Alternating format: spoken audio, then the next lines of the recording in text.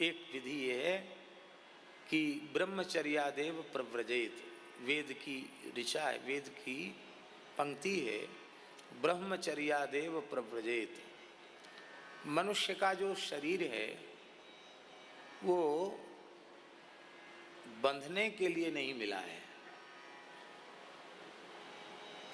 आप सब हमारी भाषा समझते हैं कि नहीं? मनुष्य का शरीर बंधन के लिए नहीं मिला, बंधने के लिए नहीं मिला है, मुक्त होने के लिए, छूटने के लिए मिला है। इसलिए व्यास जी, किसी जाति का भेद नहीं है, जो भी मनुष्य के आकार में है उसको भगवान ने जो मानव शरीर प्रदान किया है, स्त्री हो या पुरुष, उन सबको एक ही काम के लिए भगवान ने मनुष्य बनाया है कि वे इस साधन को प्राप्त करके संसार सागर से मुक्त हो जाएं, जन्म मृत्यु के चक्र से मुक्त हो जाएं। साधन धाम मोक्ष कर द्वारा, पाए न जहि परलोक संवारा। यह केवल मानव शरीर को प्राप्त है। महाभारत में एक पर्व है, इसका नाम है मुक्ति पर्व। क्या नाम है? मुक्ति पर्व। उस मुक्ति पर्व में संन्यास धर्म का बड़ा सुंदर निरूपण किया गया है। उसमें एक विशेष बात लिखी है भगवान व्यास ने,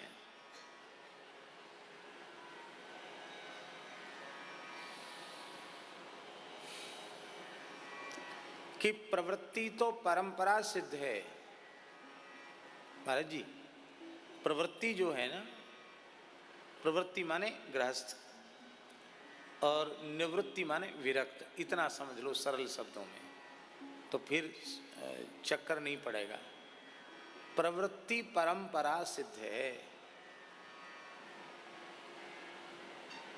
आपके पिता, आपके पिता के पिता, पिता के पिता, आपकी माँ, आपकी माँ की माँ, आपकी दादी परदादी, नानी परनानी, तो मातृकुल कहो या पितृकुल कहो, गृहस्थाश्रम की जो परंपरा है वो तो परंपरा से ही सिद्ध है। उसके लिए पृथक उपदेश की आवश्यकता नहीं है। ये भगवान व्यास लिख रहे हैं, उपदेश की आवश्यकता नहीं, क्योंकि वो परंपरा से सिद्ध है। और काम सीखना पड़ते हैं, पढ़ाई लिखाई काम। ब्याह होने के बाद गृहस्थ जो काम करता है वो काम सीखना पड़ता है क्या? सब काम अपने आप आ जाता है, हैं? जब बैल के कंधे पर जुआ आता है तो अपने आप खींचने लग जाता है, ढोने लग जाता है। आनाकानी करने से काम पड़ चलता नहीं, क्यों? पीछे से डंडा रहता है। यही बात है प्रवृत्ति की। प्रवृत्ति में आपका हम कुछ नहीं जानते, भले ही कुछ नहीं जानते हो, चाई माई जैसे हुई नहीं, विवाह हुआ नहीं, वो जो घूमते हैं ना चक्कर, वही है 84 का चक्कर। तो फिर चक्कर ही लगाना पड़ता है। इसीलिए 24 अवतारों में सबसे प्रथम अवतार जो सनकादिक भगवान का है वह 4 स्वरूपों में है और चारों निवृत्ति धर्म परायण हैं, परमहंस धर्म के आचार्य हैं। इसका प्रयोजन क्या है? इसका प्रयोजन है कि भगवान ने सृष्टियारंभ में 4 रूपों में अवतार लिया और द्विभुज मानवाकार स्वरूप में अवतार लिया, और फिर जन्म से ही अखंड ब्रह्मचर्य और संन्यास आश्रम की मर्यादा को स्वीकार किया। मानो भगवान सनकादिक अवतार के माध्यम से यह उपदेश दे रहे हैं कि 1 नहीं, 2 नहीं, 3 नहीं, 4, अर्थात बहुसंख्यक मानव समाज का एकमात्र प्रयोजन है कि वह छूट जाए मानव शरीर को प्राप्त करके, इस संस्कृति के बंधन में न पड़े।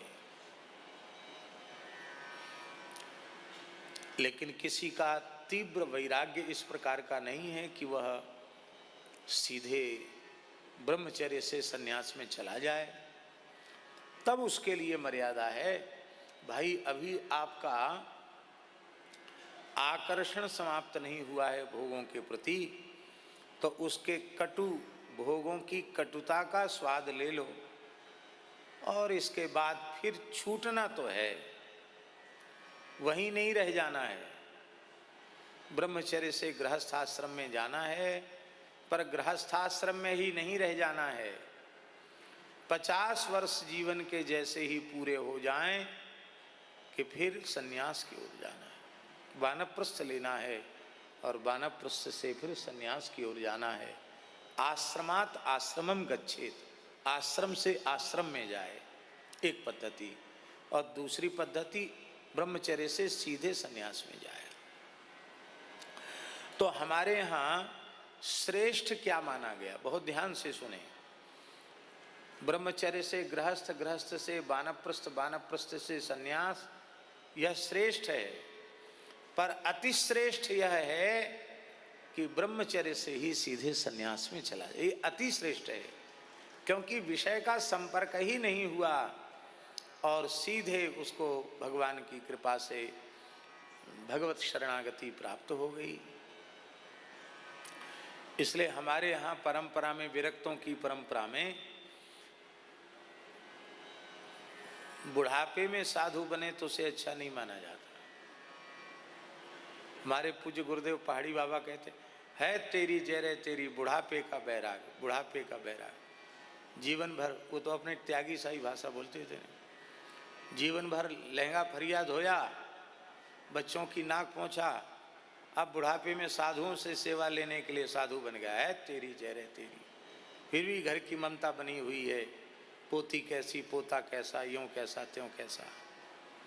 तो कहते थे बुढ़ापे का वैराग्य, बाल्यकाल के वैराग्य को ही वैराग्य मानते थे। तो उसमें भी श्रेष्ठ यह है व्यास जी कि बाल्यकाल से ही भगवत शरणागति प्राप्त हो जाए, संतों की, गुरुजनों की शरणागति प्राप्त हो जाए। और यही बात प्रहलाद जी कह रहे हैं, कौमार आचरेत प्राज्ञो धर्मान भागवतानि भ दुर्लभम मानुषम जन्म तदप्य ध्रुवमर्थदम।